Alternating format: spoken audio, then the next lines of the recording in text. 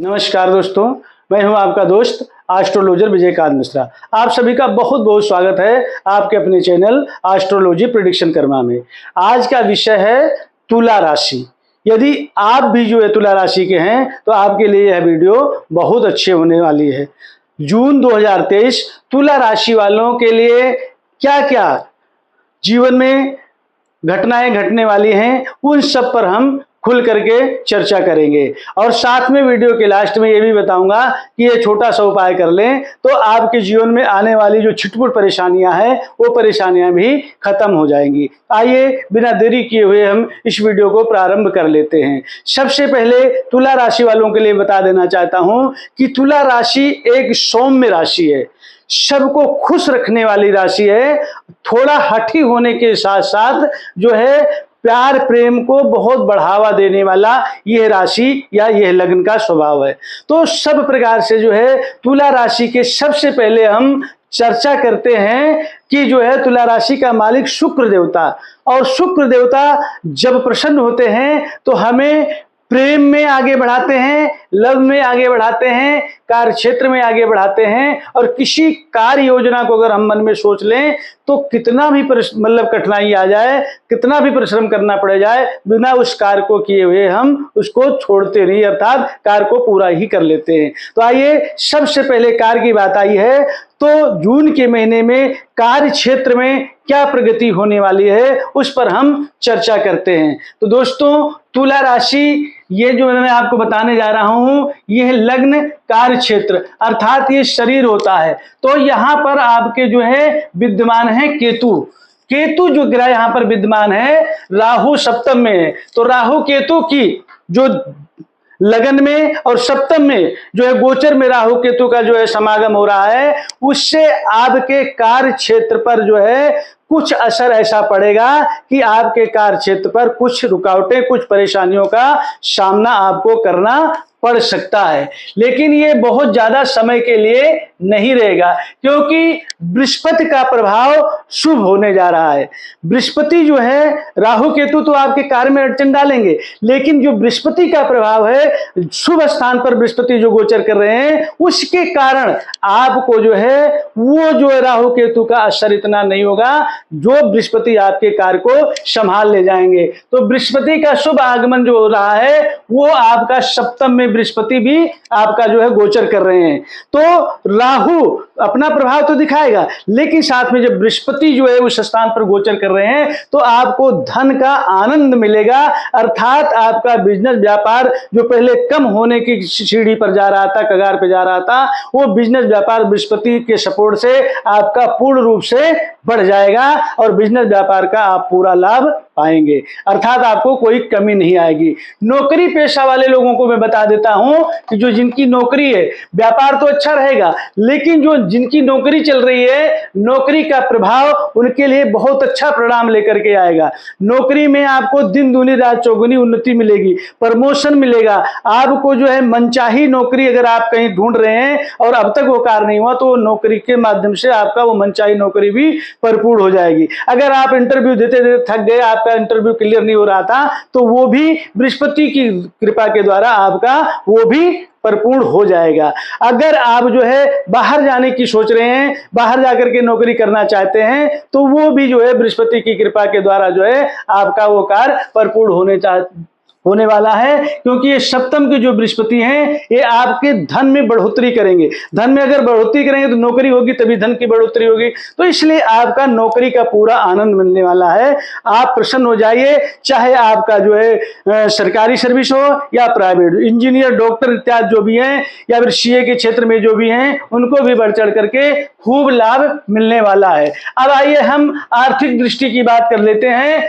आर्थिक दृष्टि में जो है मंगल का सपोर्ट, अब बता देता हूं कि जो है मंगल आपका जो है दशम भाव में ये जो है संपत्ति का भाव है, और यहाँ पर जो है माता पिता, और इसको राजकीय संपत्ति भी कहते हैं, यहाँ से मान प्रतिष्ठा भी मिलती है। तो मंगल जो है आपका जो है दशम भाव में संचार कर रहा है। तो मंगल का दशम भाव में जो संचार हो रहा है उसके कारण आपका जो है धन अधिक खर्च होने की संभावना है।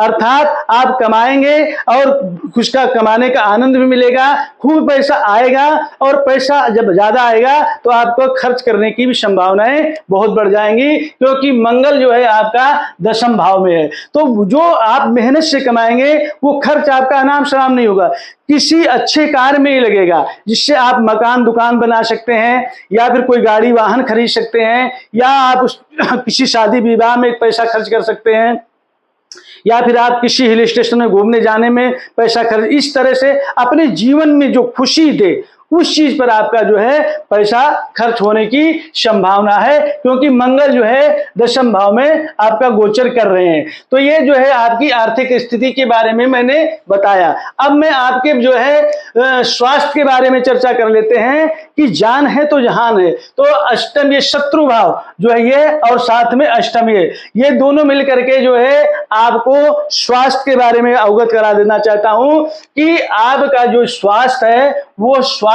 में जो है आपको थोड़ा सा सोचने की जरूरत है। अगर आप नहीं सोचेंगे तो आपको क्या होगा कि त्वचा जैसे स्किन जैसी ऐसी बीमारियों का, या फिर पाचन शक्ति जैसे पेट खराब रहना, या फिर जो है बदहजमी, इस प्रकार को जो है आपका रोग उत्पन्न हो सकता है, अजीर्ण जिसको कहते हैं। तो ये चीजें जो है आपको क्यों उत्पन्न होगी, क्योंकि आपका जो है अष्टम जो स्वास्थ्य का स्थान में, यहाँ पर वृषभ की राशि, और यहाँ पर शत्रु छठे भाव में जो है मीन राशि, बृहस्पति की राशि संचार कर रही है गोचर में।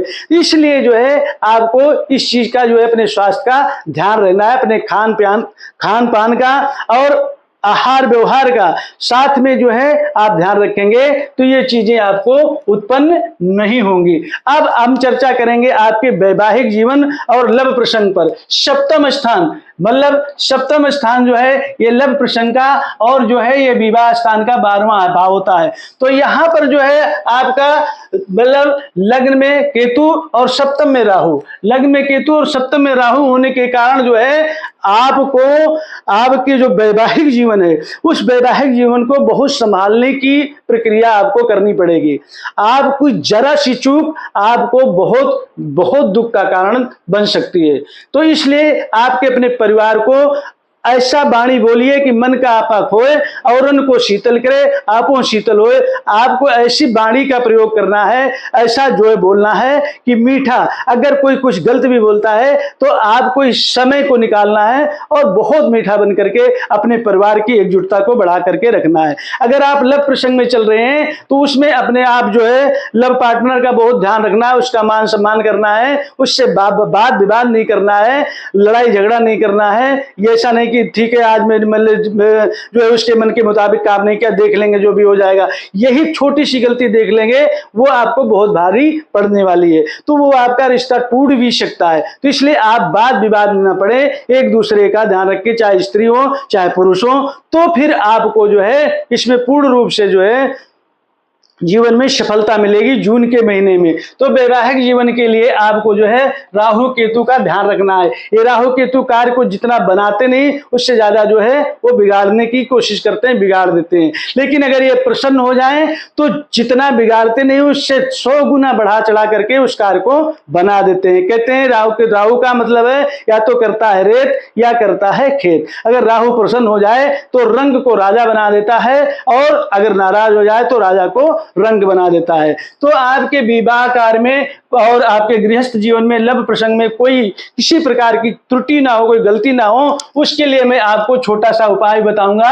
अगर आप वो उपाय कर लेते हैं तो आपके जीवन में जो आने वाली कमी है वो कमी भी दूर हो जाएगी। उससे पहले मैं आपको एक शुभ अंक बता देता हूं। अगर वो शुभ अंक को ध्यान में रख करके आप कोई भी कार्य जून के महीने में करते हैं तो आपके सभी कार्य जो है परिपूर्ण होते चले जाएंगे।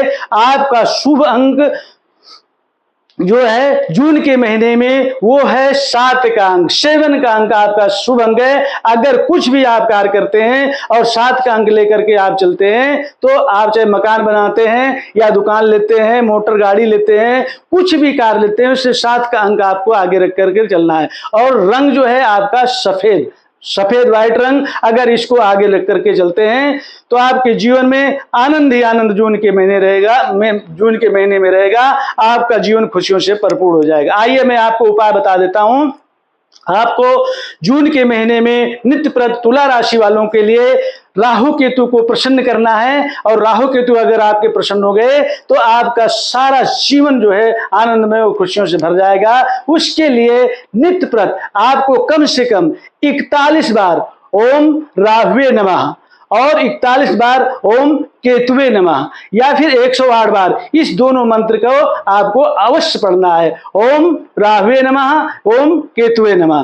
तो जितना ज्यादा हो सके, नहीं तो कम से कम 41 बार आपको अवश्य पढ़ना है। सप्तम का राहु और लग्न का केतु, ये आपके जीवन में जो है जो अंधकार छोटा मोटा रहेगा वो प्रकाश की ओर ले जाकर के और आपकी किस्मत को चमका देंगे। तो मैंने आपको ये सारी बातें बताई। अब जो है इन सब उपाय के कर लेने से आपके जीवन में जो भी घटनाएं घटने वाली हैं, घटनाएं तो छोटी मोटी आएंगी, लेकिन उन घटनाओं से आप साफ बच बच करके निकल जाएंगे और आपका जीवन अंधकार से प्रकाश की ओर चला जाएगा। अगर मेरी बताई हुई विधि से आपका जो है जीवन अंधकार से प्रकाश की ओर जाता है और आपके घर में खुशी आती हैं तो आप मेरे इस चैनल को सब्सक्राइब अवश्य करेंगे, वीडियो को लाइक और शेयर करेंगे। इसी आशा के साथ कमेंट में हर हर महादेव अवश्य लिखेंगे। हर हर महादेव।